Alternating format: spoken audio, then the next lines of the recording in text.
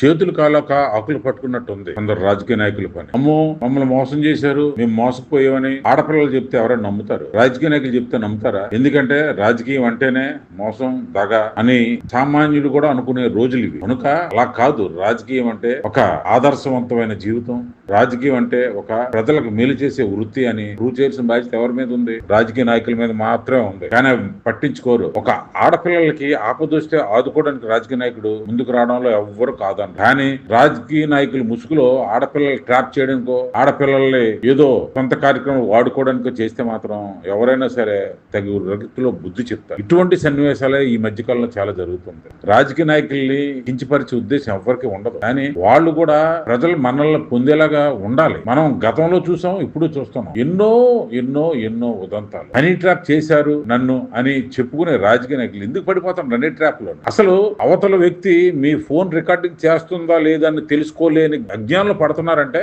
మీరెంత మదం మత్తులో కొట్టాడుతున్నారు. గతంలో చూడండి, గంట అరగంట అనే వీడియో వచ్చింది మనకి. అవతల వ్యక్తి రాజకీయ నాయకుడు ఫోన్ చేస్తే రికార్డ్ చేసింది. రికార్డింగ్ చేయడం తప్ప రైట్ పక్కన పెట్టేయండి, ఇతను మాట్లాడబట్టి కదా రికార్డ్ చేసింది. అంత మదమెక్కి మాట్లాడుతుంటారు. ఒకడేమో బ్యాండ్ టిప్ చూపిస్తాడు, అది రికార్డింగ్ అవుతుందో కూడా తెలుసుకోలేని అజ్ఞాని. మనం బెంగళూరులో చూసాం, ఒక పెద్ద పోలీస్ ఆఫీసర్, ఆయన పరిస్థితి చూడండి. ఆఫీసులో వీడియో కెమెరాలు పెట్టారు లేదు కూడా, అంత మదమే కొట్టుకుంటున్నారు. ఇక్కడ రికార్డింగ్ చేయడం తప్పు కాదు, రికార్డింగ్ చేసే అవకాశాన్ని మీరు కల్పించడం తప్పు. అసలు అటువంటి పనులు చేయడం కూడా మీరు తప్పు. మదమే కొట్టుకున్నారు. ప్రతి ఓళ్ళకి తిండి ఎంత అవసరం, కామకోరికలు తీర్చుకోవడం ఎంత అవసరం. కానీ దానికి ఒక పద్ధతి ఉంది. మీకు నచ్చినట్టు ఒక పశువుల్లాగా, ఎంత జంతువుల్లాగా ప్రవర్తిస్తే ఇలాగే రోడ్డు పడాల్సి వస్తుంది. ఎన్ని ఉదంతాలు చూస్తున్నా సరే ఒక్క జ్ఞానం కూడా రాదు. అంతే, కామం కళ్ళు కప్పేస్తుంది అంటారు. ఇదే ఉదాహరణ. ఈ రోజు జరిగిపోయిన తర్వాత లబో దిబో అండ ఎందుకు? అసలు ఆడద మగోడు ట్రాప్ చేయొచ్చు, మగోడు ఆడదని ట్రాప్ చేయొచ్చు. ట్రాప్ చేస్తారు కదా. ఎందుకు ట్రాప్ చేస్తారు? నీ దగ్గర ఏదో ఆశించి ట్రాప్ చేస్తారు. మరి నువ్వెందుకు ట్రాప్ లో పడ్డావు? దురదృష్టం. కనుక చాలా జాగ్రత్తగా ఉండాలి మిత్రులారా. మన రాజకీయ నాయకులే కాదు, మన అధికారులే కాదు, సామాన్య ప్రజలు ఎవరైనా సరే ఈ రోజు ఈజీగా దొరికిపోతారు ఎవరికైనా. ఎందుకంటే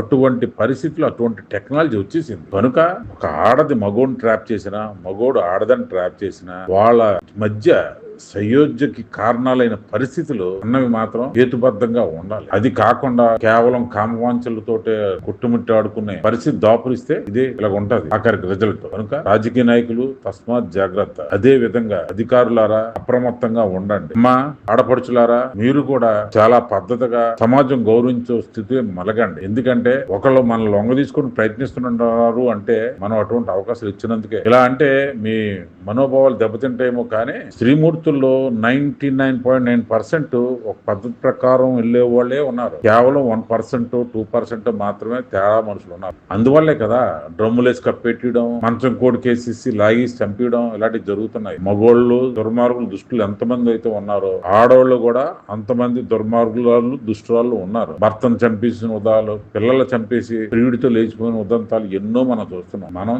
జాగ్రత్తగా ఉండాలి, ఒక పద్ధతిగా ఉండాలి. సాధ్యమైన వరకు ప్రయత్నించండి. కుటుంబంలోనూ భార్యాభర్తల మధ్య లేకపోతే ప్రేమికుల మధ్య గొడవలు రావడం కామనే, కానీ దానికి చంపేసుకోవడము, వీధిని పడడం మాత్రమే పరిష్కారం కాదు. కనుక ఒక పద్ధతిగా మిలిగితే మీకు, మీ కుటుంబాలకు కూడా మంచిదని ఈ సందర్భంగా విన్నవించుకుంటాం. మీకు ఈ వివరణ నచ్చినట్టయితే లైక్ చేయండి, షేర్ చేయండి, సబ్స్క్రైబ్ చేయండి. వివరాలు, విశ్లేషణలు, సమాచారం ఎవరైనా ఇస్తారు, కానీ పద్ధతులు చెప్పడానికి మా ఛానల్. కనుక మా ఛానల్లో మేము చెప్పే పద్ధతులు నచ్చినట్టయితే మీ లైకో కామెంటో చేయండి. My media, me Janardhan.